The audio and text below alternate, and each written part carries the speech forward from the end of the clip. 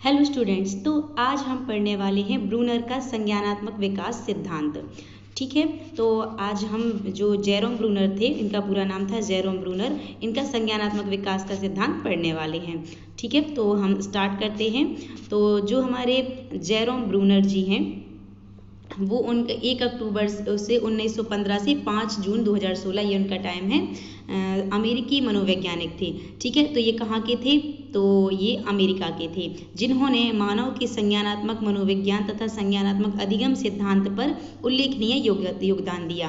तो इन्होंने किस पर योगदान दिया है? संज्ञानात्मक मनोविज्ञान व संज्ञानात्मक अधिगम सिद्धांत के पर। और ये कहाँ के थे? तो ये अमेरिका के थे। ठीक है, और इनका पूरा नाम क्या था? इनका पूरा नाम था जेरोम ब्रूनर। ओके, तो अब हम आगे देख लेते हैं आगे क्या दिया गया है।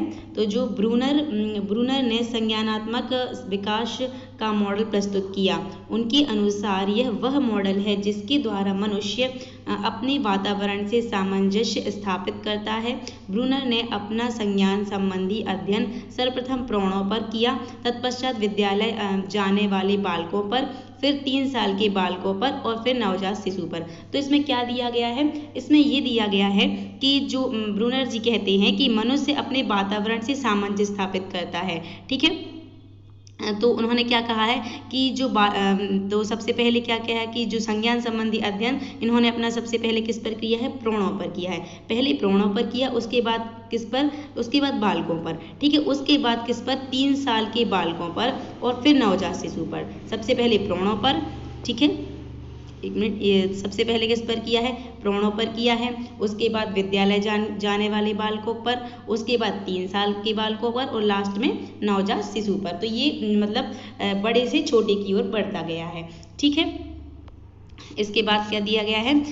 इन्होंने 3 ये इनकी जो अवस्था या विधि बताई गई हैं वो 3 हैं। कौन कौन सी हैं? सक्रियता विधि, इनेक्टिव मोड, दूसरी है हमारी दृश्य प्रतिमा विधि, आइकॉनिक मोड, और तीसरी है हमारी सांकेतिक विधि जिसे सिंबॉलिक मोड कहते हैं। ठीक है, तो इनकी कितनी अवस्था दी हैं? तो इनकी कुल 3 अवस्थाएं दी गई हैं। ठीक है, तो इनके लिए हम डिटेल में देख लेंगे। तो सबसे पहले इसका ये एक डायग्राम टाइप का दिया गया है जिससे हम अच्छे से इसे समझ सकते हैं। ठीक है, तो सबसे पहले कौन सी हमने दी थी? उसकी सबसे पहले हमने दी थी क्रिया निर्माण विधि। ठीक है, तो ये हमारी क्रिया निर्माण विधि है यहाँ पे, और ये हमारी भाषा व गणितीय चिन्ह, और मतलब ये सिंबॉलिक हो गई, और ये आइकॉनिक यानी कि चीज़ों को देखकर। ठीक है, चीज़ों को देखकर बनाना। ठीक है, तो ये हमारे 3 प्रकार से दिए। पहले हम इनकी डिटेल में देख लेते हैं, उसके बाद हम इसको अच्छे से समझ लेंगे। तो सबसे पहले जो हमारी अवस्था है उसका नाम है संक्रियात्मक विधि। ठीक है, तो इसे कैसे समझते हम? यह प्रतिनिधित्व की सबसे प्रारंभिक अवस्था है जो जीवन के प्रथम वर्ष के उत्तरार्ध में पाया जाता है। इसके अंतर्गत वातावरणीय वस्तुओं पर बालक की प्रतिक्रिया आती है। इस प्रकार का प्रतिनिधित्व संवेदी गामक अवस्था की पहचान है। ठीक है, तो ये किसकी पहचान है? संवेदी गामक अवस्था की पहचान है। यह व्यक्ति पर केंद्रित होता है, अतः इसे आत्म केंद्रित भी कह सकते हैं। तो इसे क्या कह सकते हैं? इसे आत्म केंद्रित भी कह सकते हैं। तो ये कौन सी अवस्था हो गई हमारी? ये संक्रियात्मक, या इसे क्रिया निर्माण विधि के नाम से भी जाना जाता है, वह कहलाती है। तो इसमें हम इसे हम शॉर्टली कैसे समझ सकते हैं?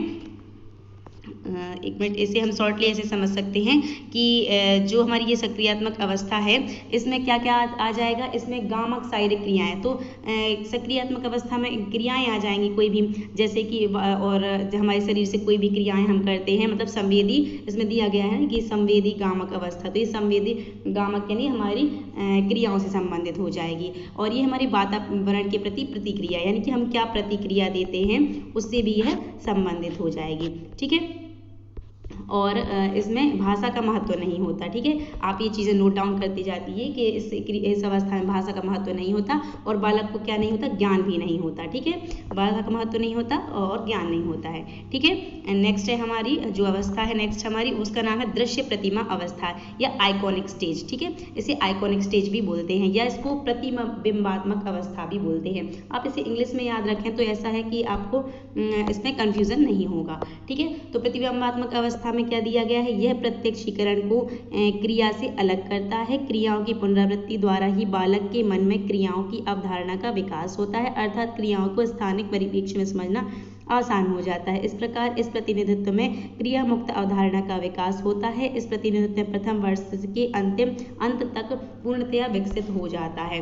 ठीक है, तो इसे अब हम कैसे समझ सकते हैं, तो इसे ऐसे समझा जा सकता है कि इसमें प्रतिबिंब यानी कि कोई भी आइकॉनिक मतलब हम कोई सिंबल बना के, इसमें सिंबल बना के हम कुछ भी सीख सकते हैं। ठीक है, कैसे समझ सकते हैं कि इसमें छायात्मक अवस्था प्रतिमा आधारित अवस्था के नाम से भी जाना जाता है। क्या बोलते हैं इसे, छायात्मक अवस्था और प्रतिमा आधारित अवस्था।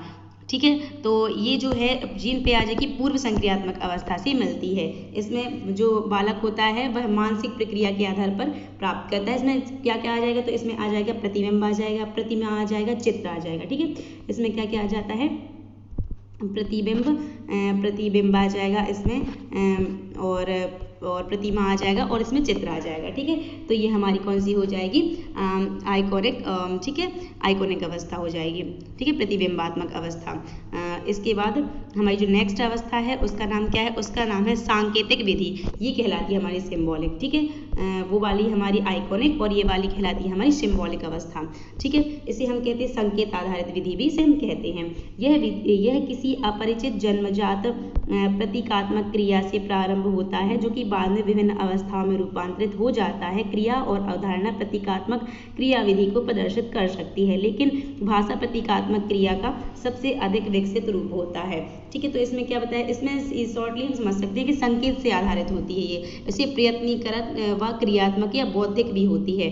ठीक है, और बालक इसमें क्या सीख जाता है, इसमें अमूर्त चिंतन करना सीख जाता है। बालक कौन सा चिंतन करना सीख जाता है, अमूर्त चिंतन। ठीक है, तो ये हमारी तीनों अवस्थाएं हो गई। अब हम इसे ग्राफ के थ्रू अच्छे से समझ सकते हैं।